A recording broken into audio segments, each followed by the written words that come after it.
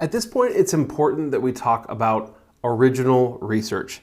As bloggers, oftentimes it's easy to fall into the trap of just taking a question, going and finding a good answer, being pretty thorough, but really kind of reiterating the other information that's already available on the web and just trying to do it in a more helpful way. And that does add some value to the web, but it also makes your content kind of a commodity. Somebody else could easily just take what you wrote, make their version slightly better, and your blog post suddenly doesn't have as much value anymore. It also makes it really easy for blog posts to get hit when Google makes an algorithm update. When they make a big change to their algorithm, it makes it so that articles that before were maybe hard to distinguish between the two, which one was more valuable, well, now Google has kind of a new way to distinguish between articles.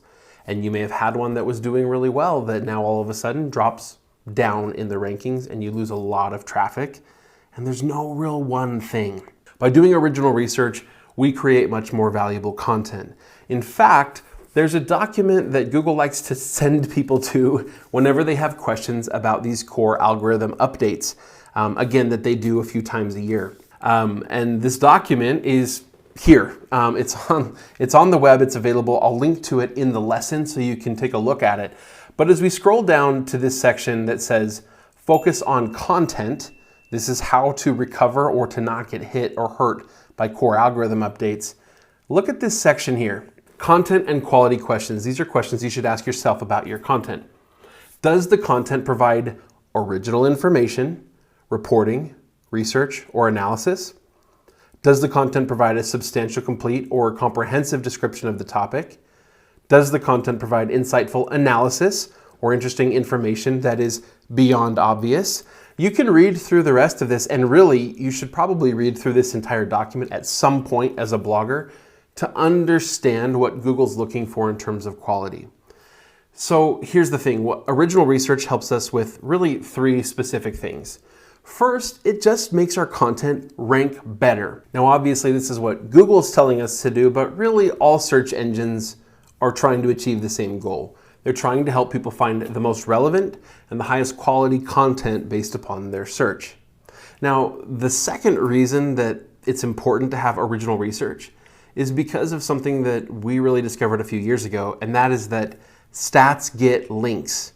Now, it's not just statistics, but anytime you have original analysis in your blog post and other people don't want to go do their own version of that analysis, they link to your content. They'll cite it, they'll mention it, and then they'll link to it. If you go do a study, you go do a poll, you go run an experiment, you've gathered data, and you're able to show the methodology that you used and post the data in a nice aggregated format on your website, in a chart or something like that, then other people will want to reference that data. You will get links. This is one of the best ways we've found to organically, naturally get links to the content on your website.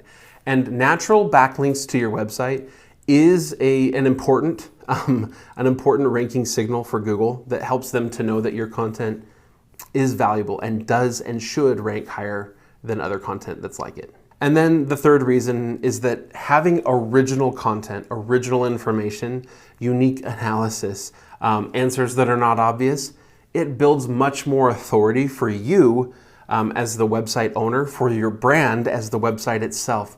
That's again going to help all of the content on your website rank better. When I talk about original research, I don't want you to get hung up too much on it. I don't want you to think that now, instead of spending a couple hours on a blog post, you need to spend days. That's not the case. I'm going to show you several ways over the next several videos of doing original research. And you're going to find that a lot of these methodologies don't need to take a substantial amount of time. In fact, you may find that it doesn't take any longer than the current research that you're doing when you just take a question that you're trying to answer, go do the research on the web, and then come back and write a nice answer for it. The difference is the value that you provide and the uniqueness of the analysis will be beyond what every other blogger is doing.